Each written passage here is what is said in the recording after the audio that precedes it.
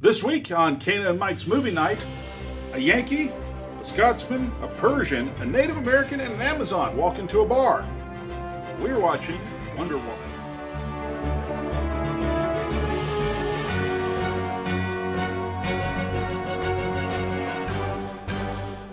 Hello, everybody, and welcome to Cana and Mike's Movie Night. I'm Mike. And I'm Cana. And we know it's been a while, but we have just got done watching Wonder Woman. We were at the Premiere 8 Cinema in Easley, South Carolina, and had a little bit of a date day. We went up there. We really wanted to see this movie, and on the ride home, we said, well, we absolutely have to talk about this, and we have to record it, because it's just that good. So, for those of you watching us live, because we are actually doing this live on Periscope on, let's see here, about 8-ish p.m. Saturday night. We lost so much time Yes, today. we have. Thank you for joining us. Those of you on the ECS network today, don't worry about Denzi Blitz. It comes back next week. There'll be more Deca Ranger then, but this movie is so cool, we just had to go ahead and talk about it while it's still in theaters, right after it hits fresh. Because I can say, in my opinion, this is the best DC Extended Universe movie to date. Now, you may be thinking to yourself, it doesn't have a lot of competition in that, but it really is an outstanding superhero movie, and I would probably put it... I'm looking over at the shelf where the superhero movies are located, and Wonder Woman's probably in my top 10 all-time now, Marvel and DC. And I know it's my number 2 all-time favorite DC movie. Well, now, with that being said, I am not as much of a DC fan as he is. For me, this one really is the number 1 DC movie for me. All time. All time. So, and there have been some really good DC comic book movies over the years. So, that actually This one appeals more to me, though.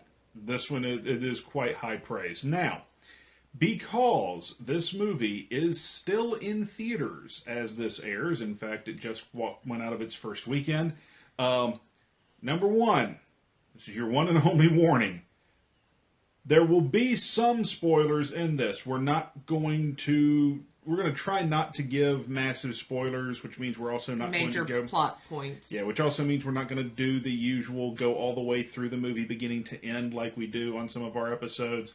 That'll be a later episode. Yeah, well, we may revisit this one once the Blu-ray comes out, because... you know it's going to be extended. Yeah, because DC has a tendency to make every Blu-ray version an extended cut, so... Which means hopefully it'll be even better than it was in theaters. Because it was amazing! So imagine how much better it could be. Or they could just fuck it up. It's and DC. that is one for y'all playing the home version of the Cana and Mike's movie night drinking game. We know you've missed it. I'm going to try not to say it anymore now. Yeah, she's trying to be better, folks. So, with that said, we've got the spoiler warning out of the way. First impressions. We'll take a slightly different tinge to this. This may wind up being a shorter episode than some.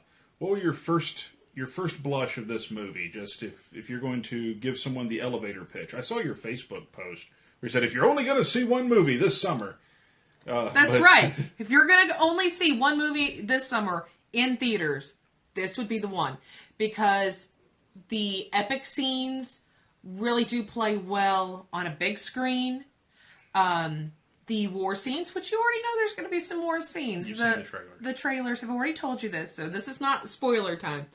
Right. Those, I don't think I would probably still be awed by them on our little flat screen, but it was even more fantastical on the big screen. And let's be honest, we don't actually go out to the movies that often, actually physically to the movies that often right now.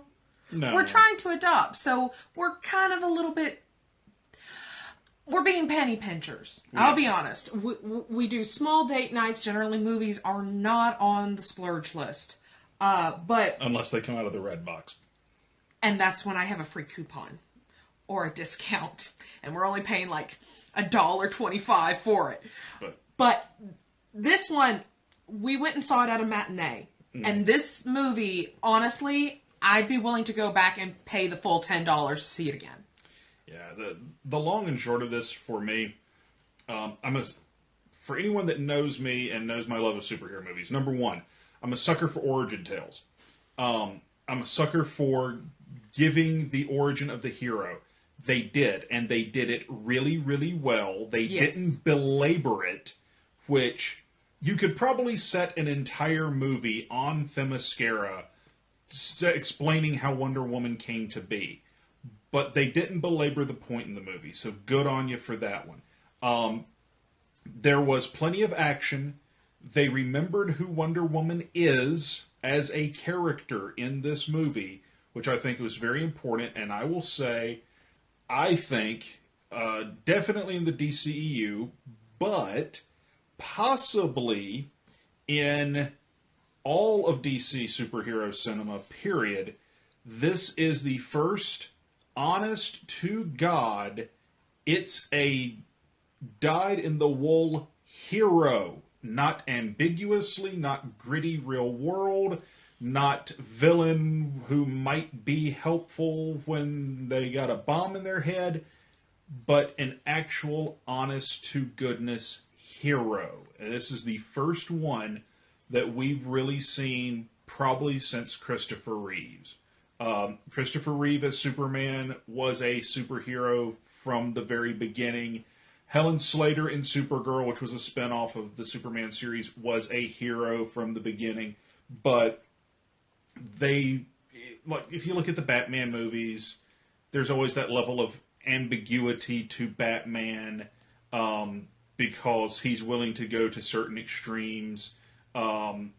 There's in Man of Steel, it's Henry Cavill Superman isn't necessarily the out-and-out hero when we first see him, so there's that.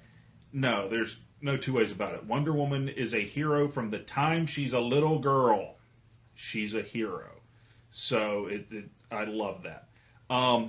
We'll talk about some of the actors in this movie. So we're going to come to the star last.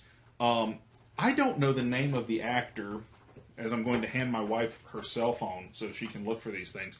I don't know the name of the actor that plays the British knight, Sir Patrick. Sir Patrick.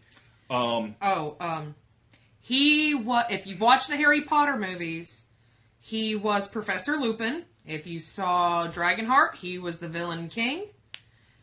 Give me a second. In this one, he plays a character named Sir Patrick, who's very integral to the plot.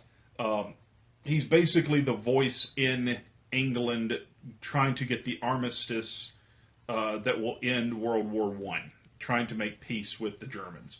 David Thewlis? We're going to say Thewlis. I'm assuming he's actually probably Welsh and we just butchered it. It's possible, but we'll say David Thewlis. It sounds right anyway. So he does a tremendous job throughout the film, I thought. You buy him as the British, sort of this British peacemaker with an agenda, because he's playing a politician. And every politician has an agenda. And you can kind of buy that, I think. Danny Houston plays our basically our villain du jour in General Ludendorff. Which, can I just say, his German accent sucked wind. Okay. The only person who decides to actually sound fucking German was Chris Pine when he was undercover as a fucking German. We're up to 3. Sorry, if your Germans can't sound German, what's the point of having them be German? There were 2 people with even loose German accents in this movie, and neither one of them were the actual big bad guy, villain du jour, General Ludendorff. One of them was Elena Anaya, who plays Dr. Poison. She had this very faint German accent. But it was and then Chris, accented with something else, too. sure. So, but then you had Chris Pine, who laid on the Hogan's Heroes German accent. Whereas, where it literally, I know nothing, I saw nothing, where he basically comes off sounding like Sergeant Schultz. Speaking of, now we're going to kick through, because we're going to come to the main two here at the end. We have, let's see here. We have Ewan Bremner as Charlie. Charlie is the Scots sniper with PTSD, basically. yeah. And I find it to be an interesting. Oh my God, is that crap? No, is that Rose's mom? No. Okay, she looks like Rose Tyler's mom. But anyway, we'll get to who I'm talking about in a minute. But Ewan Bremner, I think, does an admirable job as the drunk Scots-Irish mercenary, because that's what he is. Yes. So I think he does a good job with that. We have, I'm going to screw this name up.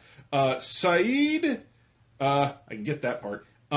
Saeed Togmawi, or Togmao. I'm sorry, because I completely messed up this name. We're going to play a dumb white couple right now, and how to pronounce that. Yes. Well, be it honest. Plays Samir, who is a Persian undercover agent. Actor. Possibly Turk. They're very vague about what culture he's from. Yeah. But I would put, with the majority of his costumes, probably Persian. Who is sort of the conscious, the concept, plus tax. What am I trying to say, baby? The moral center. He knows he's not good. He knows that he has to do bad things to get through what he's doing. Right. They don't have the... we don't have a full cast list in front of us, unfortunately. Then we've got the guy who plays Chief, which I'm going to find out who he is. So we have a character in there who's called Chief, and basically he's a Native American, who is in World War I. He's over in Europe as a mercenary. No, mercenary's wrong. He's a smuggler. Oh, excuse me, he's a smuggler. The other two are mercenaries. He's a smuggler, and his whole rationale is, well, at least I'm free. Because this does come during a time when Native Americans... Eugene Brave Rock. Yeah, so he is a legit Native American, playing the Chief, not just Chief, the Chief. But he does a tremendous job. I like him. It would have been very easy for them to turn him into the stereotypical How white man type Indian, and they didn't. Right. Thank goodness. Now, I will say, with that being said, with what we've just described, a Persian, a Native American Indian, and a Scots-Irishman, this sounds like the beginnings of a bad joke. For those of you, if you're watching this on YouTube, you already got the bad joke at the beginning of the episode. On to our main two. Well, actually, we'll get one more. Connie Nielsen is Queen Hippolyta. I'm gonna. You sound like you didn't care for her as Queen Hippolyta.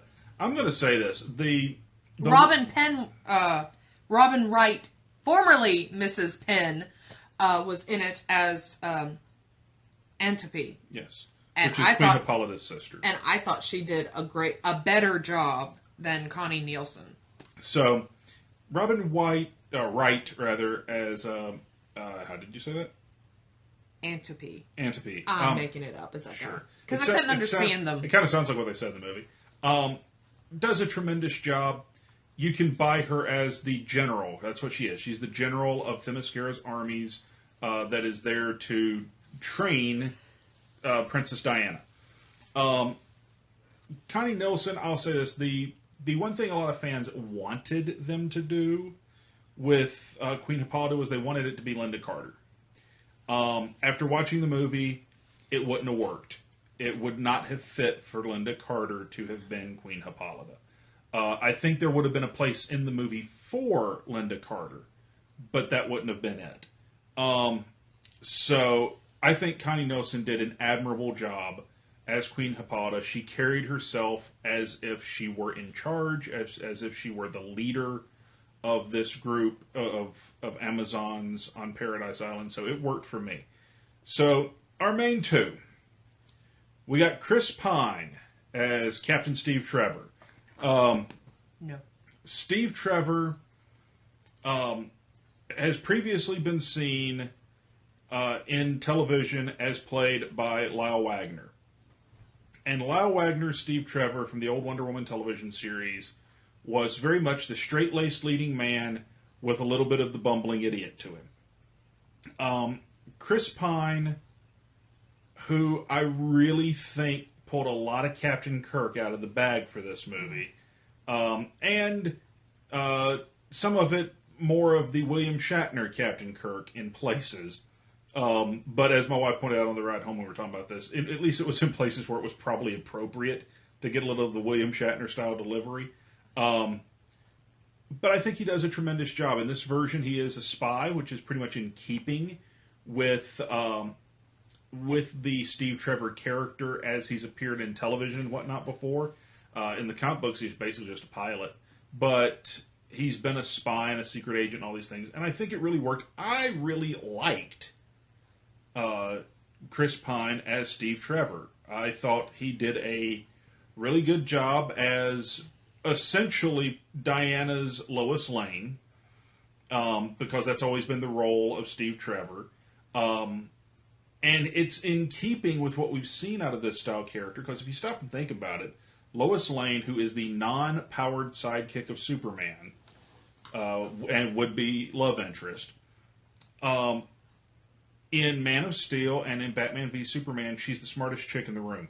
She figures out he's Superman before he knows he's Superman. In this, Chris Pine is, for most of the movie, he's the smartest guy in the room.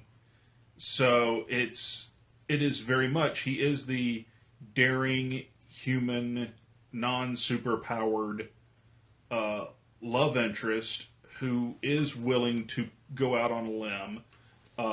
One of my favorite scenes in the movie is him fighting side by side with Wonder Woman, and the best part of the fight scene is they don't to me, is he doesn't upstage Wonder Woman. If you watch the choreography, literally all he does is watch her back for the entire fight. She's the one that takes everybody out. He's the one that makes sure she can. Which I think works out really well. What do you think of Steve Trevor? I mean, I like Chris Pine as an actor. Sometimes I think he kind of gets a little stuck in what he's already done and replays it. How much of that under different names? How much of that is him and how much of that is the director? You can't tell, unfortunately. But let me tell you, if I see Captain Kirk in another period piece, I think I might have a problem. Okay, well, here's the thing. There's a part of me that suspects that was probably a little bit of the director, because we've both seen This Means War. Yeah. And he's not Captain Kirk in that movie. No. So, and I want to see Hell or High Water. I haven't yet. But I really doubt he's Captain Kirk in it. Next Red Box freebie. And he's in a movie which the name escapes me, but it's with Denzel Washington on a runaway train. And it came out it was Runaway Train. Maybe Runaway Train was the name of it. Because it's so creative. But it was came out right after Star Trek did. In 2009. And he wasn't rehashing Kirk in that either. So that you can tell from the previews. No, I've seen the movie. I thought you said you hadn't. No, I've seen that one. Oh, okay. So I like Chris Pine. I've liked him virtually everything I've seen. I did not say I didn't like him. I just said that I had a tendency to feel I'd seen this role before. Well, I mean, okay, slight spoiler, but not really. Doesn't give away a plot point. Well, we've already told you there's going to be some small spoilers in this. Yeah, but you know what? When he gets out of the bathtub and he's naked and Diana walks in on him and she goes, "Are you, an example of an average male?" And he goes, "Well, actually, I'm above average." And I'm thinking... He's slightly above average. Slightly above it. I'm thinking, wow, it's a bit of a Captain Kirk style. Well, no, Captain Kirk line would have been, "No, I'm highly above average." But still, at any rate, no man wants to be considered too small. So but that's beside the point. Then Gal Gadot as Wonder Woman. she steals the show in Batman v Superman, and in this movie you find out why. Because she was just that good as Wonder Woman. I've never seen her in anything else. I've never seen her play another role. I don't know how much else she's been in. I haven't. Neither do her. I. But the she was in Fast and the Furious. That's why I never saw her. she's Giselle in the Fast and the Furious movies, or at least a few of them. But the bottom line is, she was outstanding in this film. From any civilian scenes to many scenes where she's the fish out of water in Man's World for the first time, to the actual action scenes where she is Wonder Woman and she's kicking ass.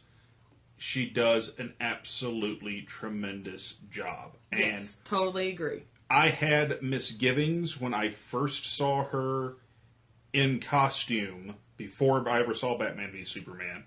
I saw Batman v Superman, and my initial thought process was, well, I'll give her the benefit of the doubt.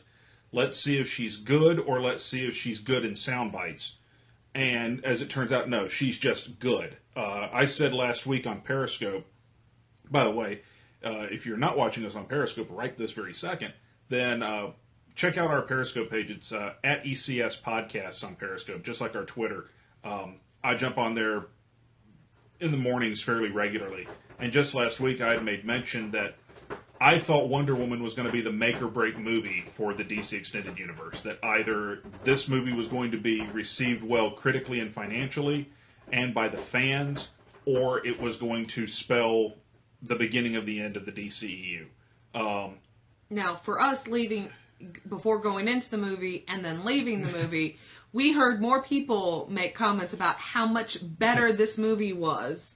There was a line when we went in, and there was a line for the next showing when we left. And there were some people who, one of the couples right behind us said this was the second time they were seeing it today. Yeah, today. Today. So, being Saturday as we were recording this.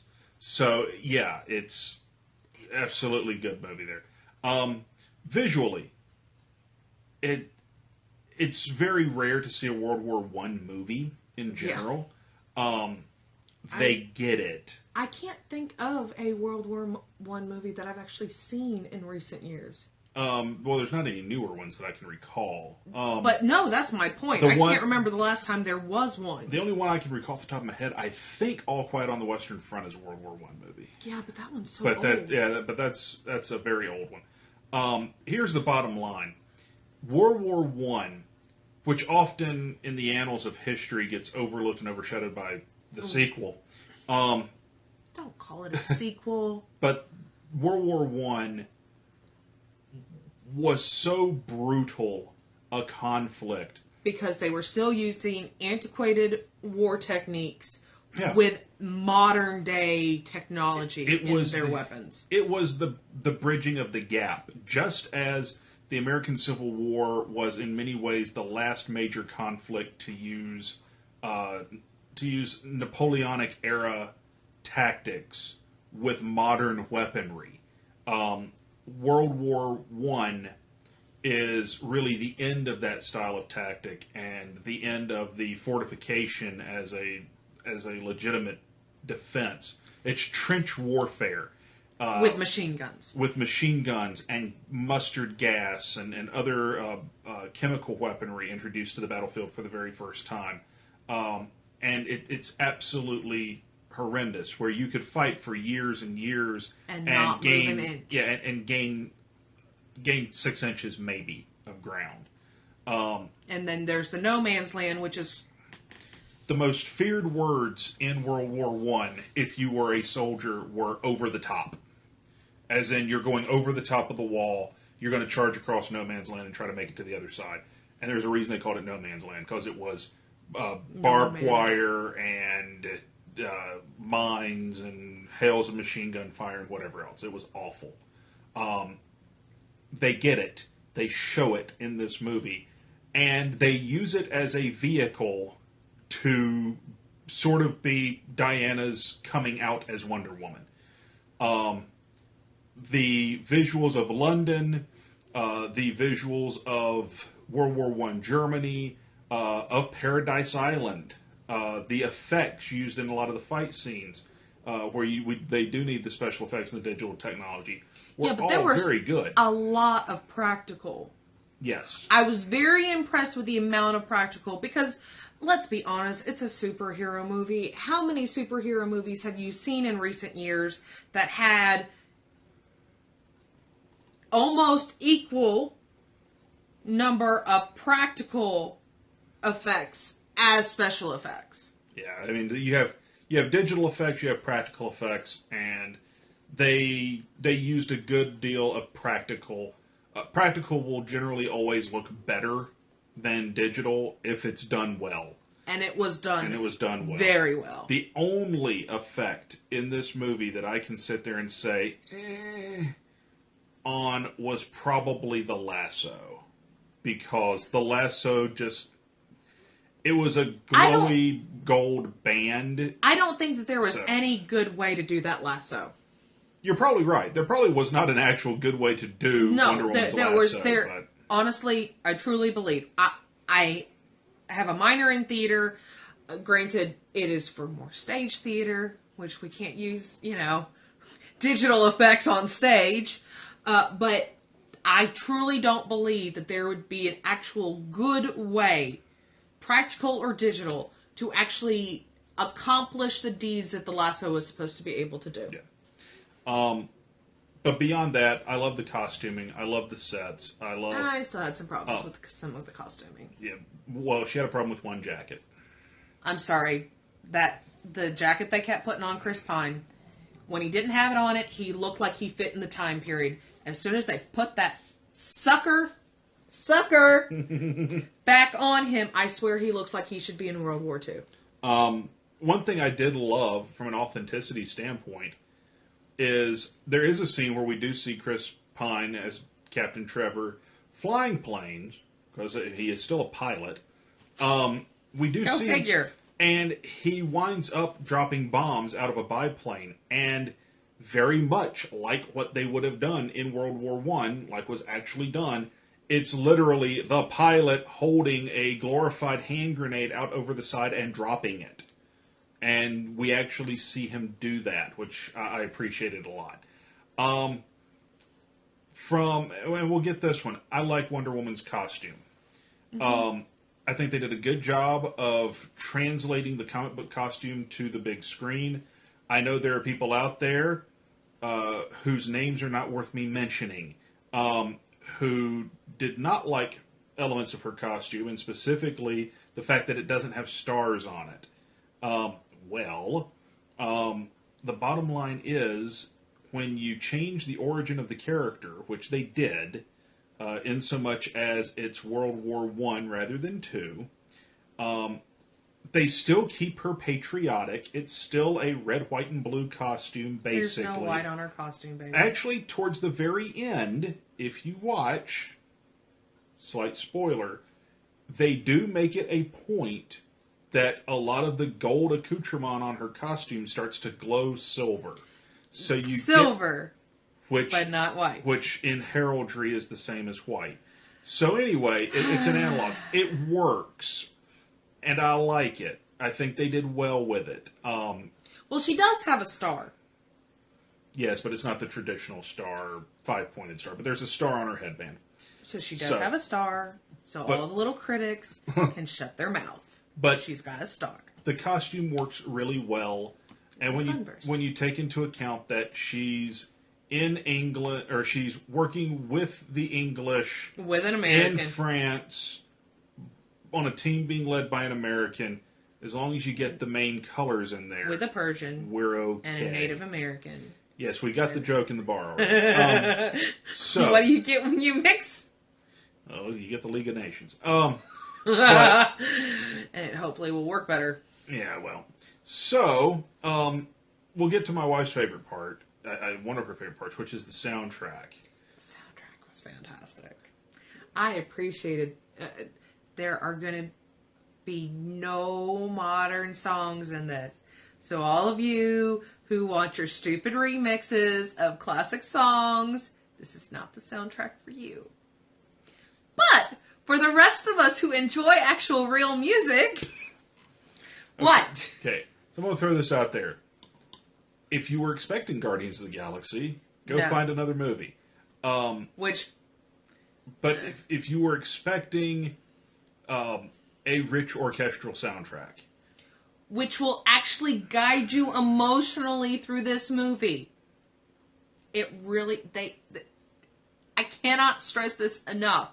They planned that and worked it so well to where, you know, as she's crossing no man's land and she's just still not quite sure of herself, and the music tells you that, and I welled up with tears because I'm like, she's just not sure she's going to make it. And then the music builds as she gets her confidence, and she's going to make it, and you're just like, yay! The score was tremendous, and I would dare say that the Wonder Woman theme that they use in this movie will become one of the iconic orchestral superhero themes of all time. To me, it was on par with the Superman theme by John Williams. It was on par with the Batman theme by Danny Elfman. It was just simply that good. The plot of the movie, without going into it, it is very good, I think. It is from beginning to end pretty much her origin, how she becomes Wonder Woman. They do a framing story around it. It begins and ends in the modern day, and it's essentially Wonder Woman telling us the story and relating it or remembering it for us. But I think they did a really good job. The only thing I'll knock is there are two important plot points in the movie that pretty much as soon as they're mentioned, I caught. Now, that could simply be because I watch a whole lot of superhero movies. And you're more into superheroes than me. I am. But at the same time, it didn't ruin my enjoyment because I sat there and went, yeah, that's what this is, and yeah, that's what that is. But how are they going to pull it off? And I think they did a tremendous job. And best part, it wasn't some glowy bullshit in the sky. It was real stuff. They didn't do that. Real stuff. Suicide Squad, glowy bullshit in the sky. Man of Steel, glowy bullshit in the sky. Batman vs. Superman had some glowy bullshit in the sky at one point. They all used the Avengers movie, glowy bullshit in the sky. Age of Ultron. Yeah, Doctor Strange, glowy bullshit in the sky. Maybe they're finally past that in superhero movies at this point. Thor. They had glowy bullshit in the sky. Yeah, I haven't seen Thor in a long time. So, I have. But there you are, right? So, final thoughts on Wonder Woman.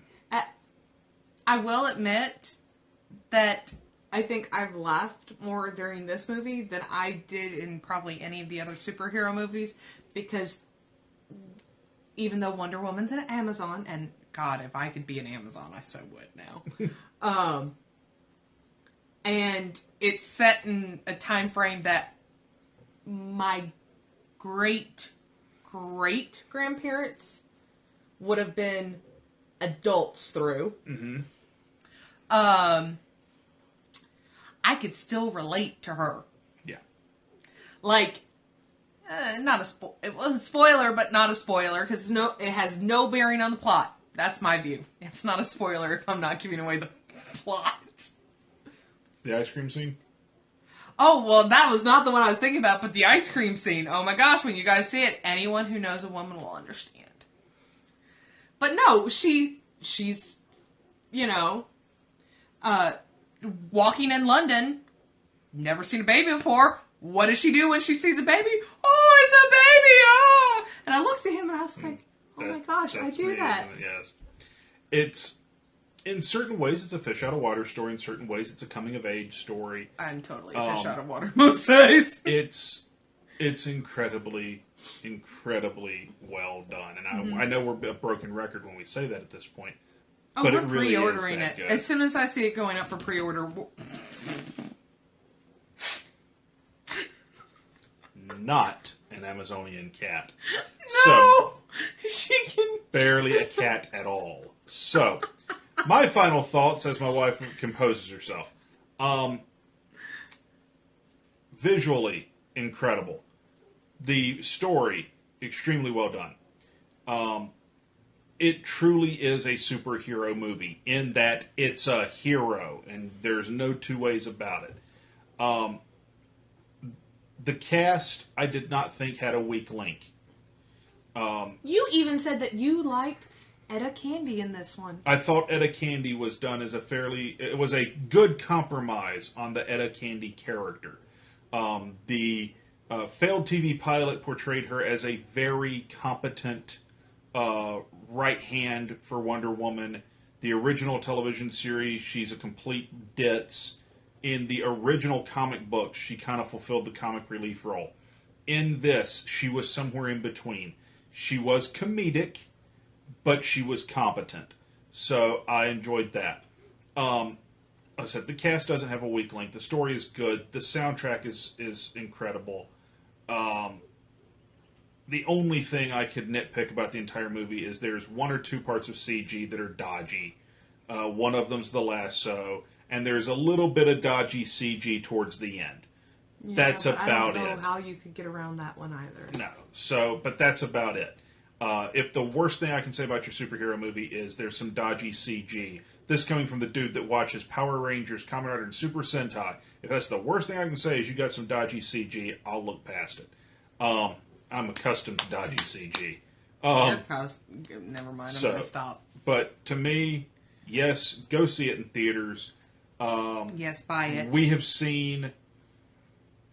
Wow, I'm going to say something's going to get me some heat here in a second. We have seen Doctor Strange, which was this year, right? Yes. Okay, so we've seen Doctor Strange, we've seen Logan, we've seen Suicide Squad, which I think that was either late last year or early this year. We've seen Guardians 2, and we've seen this one. And the only two that we've seen this year in theaters are Guardians 2 and this one. Okay, so everything else we've seen on our little TV.